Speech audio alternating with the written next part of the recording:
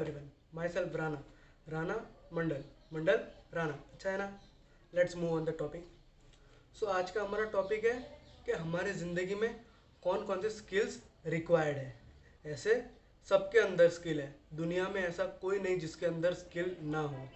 जूते की लेस बांधने से ड्राइविंग तक, कंप्यूटर चलाने से फ़ोन चलाने तक, सबके लिए स्किल्स रिक्वायर्ड है.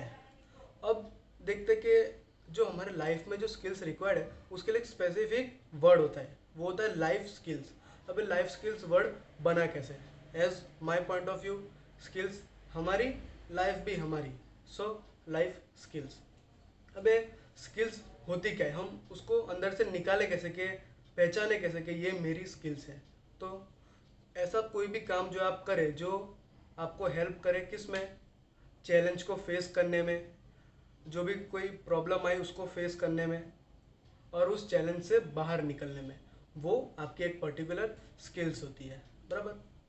अब यहाँ पे एक मैं बात क्लियर करना चाहूँगा कि सबके अंदर स्किल्स होती है लेकिन सबके अंदर एक जैसी स्किल्स नहीं होती. ऑल हैव डिफरेंट स्किल्स, लेकिन सिर्फ अंदर हमको देखने की ज़रूर है. एक एग्जांपल लेते हैं. एक आदमी है और दूसरा आदमी, पर्सन 1 पर्सन 2. अब वो देखता है ऐसे रास्ते पे चल रहा है, वो दूसरे आदमी को देखता है कि वो गाना गा रहा है एकदम मस्त, उसके अंदर सिंगिंग स्किल्स है. अब वो क्या करेगा, अरे बाप रे बाप क्या गाना गाता है, मेरे को भी गाना है, मेरे को भी गाना है. वो जाएगा सिंगिंग क्लास, वहाँ जाके 1-2 महीना सीखेगा. उसको कुछ भी पढ़ने नहीं पड़ेगा, बिकॉज उसके अंदर वो इंटरेस्ट नहीं है, वो उसके अंदर वो स्किल नहीं है. तो वो सीखेगा कहाँ से? अगर थोड़ी बहुत भी होती है, अगर वो प्रैक्टिस करता तो वो डेवलप कर सकता था, बट उससे नहीं हुआ. तो अब इसका कंक्लूजन ये निकलता है कि हमारे अंदर भी स्किल्स है, उसके अंदर जैसे स्किल्स है हमारे अंदर भी स्किल्स है. बस हम हमारी स्किल्स को इग्नोर करते हैं, हम उसको अननेसेसरी घोषित कर देते हैं. भाई मेरे अंदर स्किल नहीं है, उसके अंदर स्किल्स है, मैं वही करूँगा. लेकिन भाई तुम्हारे अंदर भी है, उसको देखो, पहचानो. अगर एक बार पता चल गया कि तुम्हारे अंदर कौन सी स्किल्स है, तुम उसको डेवलप करने के लिए प्रैक्टिस करो. बस यू आर अ किंग. अब स्किल्स तो इनफाइनाइट है, सबके अंदर स्किल इनफाइनाइट होती है. कोई स्पेसिफिक स्किल नहीं होती कि एक आदमी के पास एक ही स्किल, दूसरे आदमी के पास दूसरी स्किल. सबके पास इनफाइनाइट होती है. सो अब मैं यहाँ पे थोड़े बहुत इम्पोर्टेंट स्किल है जो हर एक के अंदर होती है, 30% 20%, पर उसको डेवलप कैसे कर सकते हैं, उसको 30% से लेके हम लोग 100% 80% कैसे कर सकते हैं. तो वो स्किल्स कौन कौन सी है? फर्स्ट है कम्युनिकेशन एंड इंटरपर्सनल स्किल्स. अब कम्युनिकेशन स्किल्स का बोलता हूँ, कम्युनिकेशन स्किल्स क्या होते हैं? कम्युनिकेशन स्किल वो होता है कि हम किसी दूसरे को कोई चीज़ बोले, वो उसको समझे और फिर उस हमने जो कहा उस हिसाब से वो रिस्पॉन्ड करे. ठीक है. लेकिन अगर फॉर एग्जांपल लेते हैं, एक मोटिवेशनल कोई स्पीकर है, वो बोलेगा yes you can do it, yes you can do it. कोई मोटिवेशन आया? नहीं आया. अगर वो ऐसा बोले yes you can do it, yes you can do it, तो मोटिवेशन आया. यानी उसने पहले जो बोला वो आपको समझ में नहीं आया, इसलिए आपने रिस्पॉन्ड नहीं किया. ये बात आपको अच्छे से समझ में आई, आपने उस हिसाब से उसको रिस्पॉन्ड किया. कैसे? ताली बजा के, क्वेश्चन पूछ के रिस्पॉन्ड किया. तो ये एक कम्युनिकेशन होता है कि हम हमारी बात दूसरों को कैसे बताएं और वो अच्छे से समझ पाए, वो कम्युनिकेशन. अब होता है इंटरपर्सनल स्किल. ये एक नया वर्ड है, तो इसका शॉर्ट में अगर मीनिंग बोलूँ तो कैरेक्टर, अपना कैरेक्टर या पर्सनैलिटी. वही मोटिवेशनल स्पीकर का एग्जांपल हम लोग लेते हैं. तो अगर वो बोलेगा yes you can do it, no no no you can also do it. अरे भाई तू भी कर सकता है भाई. वो कोई कैरेक्टर है, वो उसकी पर्सनैलिटी ही नहीं है, तो कैसे करेगा? अगर वो एकदम अच्छे से एकदम खड़ा रहेगा, भले कपड़े पे मत जाना, वो भले जैसे खड़ा रहेगा वो बोलेगा yes you can do it, तुम सब ये कर सकते हो. किसी में ऐसा कुछ नहीं है कि कोई कुछ नहीं कर सकता, सब कुछ कर सकते हैं. बस ये स्किल्स होनी चाहिए. ठीक है. तो ये था एक इंटरपर्सनल स्किल्स. क्लियर. सेकंड जाते हैं decision making and problem solving. सब इसको इग्नोर करते हैं, but this is also a skills. लोग केपीओ रखते हैं, किसके लिए, डिसीजन मेकिंग और प्रॉब्लम सॉल्विंग के लिए लोग केपीओ रखते हैं। तो हम भी हमारे अंदर उसके अंदर स्किल है, इसके लिए तो उसको केपीओ हमने रखा, नॉलेज प्रोसेसिंग आउटसोर्सिंग। ठीक है, ये केपीओ का फुल फॉर्म। तो वो लोग क्यों रखते हैं, क्योंकि उसके अंदर स्किल होती है, उसके अंदर नॉलेज होती है। तब ये हम लोग कैसे कर सकते हैं, डिसीजन मेकिंग।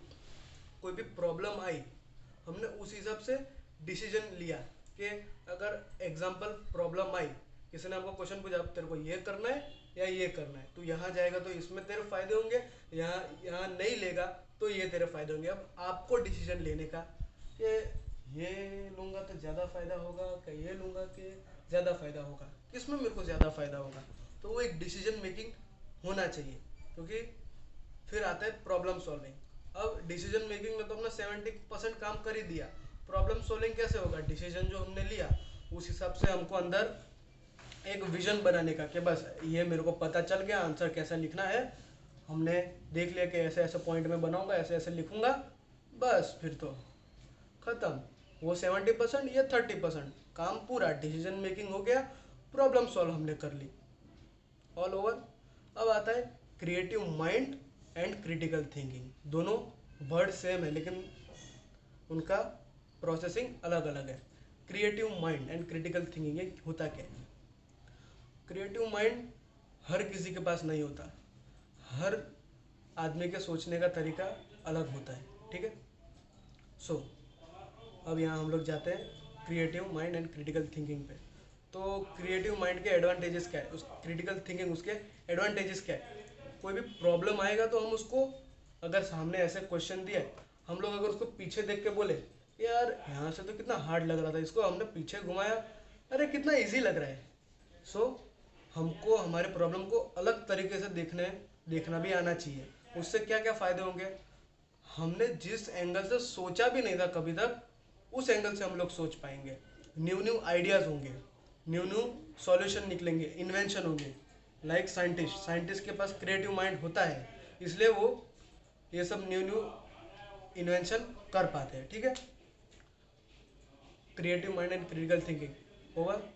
एक एग्जाम्पल के थ्रू अगर इसको समझे, हमने एग्जाम में कुछ पढ़ा नहीं, सिर्फ थोड़ा बहुत पढ़ के गए, ऊपर ऊपर से पढ़ लिया कि भाई ऐसे ऐसे मैं लिखूंगा। एग्जाम में आंसर लिखते वक्त अगर हमको वो आंसर नहीं आता, हम थोड़ा अगर अलग से बनाने की कोशिश करें, जो हमने नहीं पढ़ा वो भी हमको आता है। क्यों, क्रिएटिव माइंड, क्रिटिकल थिंकिंग। क्या, अगर मैं इस आंसर को ऐसा लिखूँ, हमने क्वेश्चन को तब ध्यान से पढ़ा, इस आंसर को मैं अगर इस तरह लिखूँ तो भी मेरे को आंसर मिलेंगे। This is critical thinking.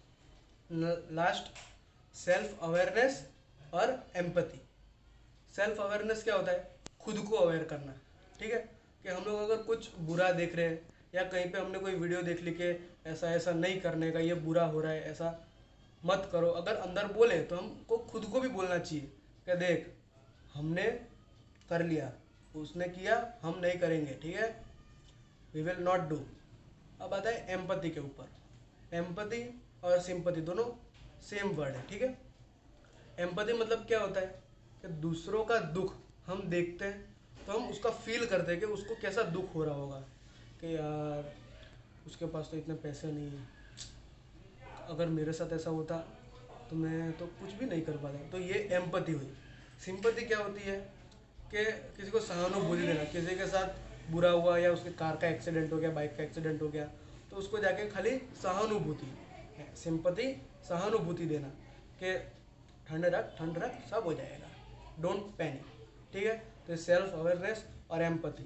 ठीक है, ये दो वर्ड सुनते ही एक इमोशनल जो हमारे ब्रेन का पार्ट होता है वो डेवलप होता है। क्यों, इमोशन से रिलेटेड ही है। अरिजीत सिंह के गाने सुन के क्यों इमोशन आता है, तो ये दो भी सुन के इमोशन आना चाहिए। तो this is also a skill, empathy and sympathy. बराबर। तो यहाँ पे हमारा ये वीडियो ख़त्म होता है। Thanks for watching.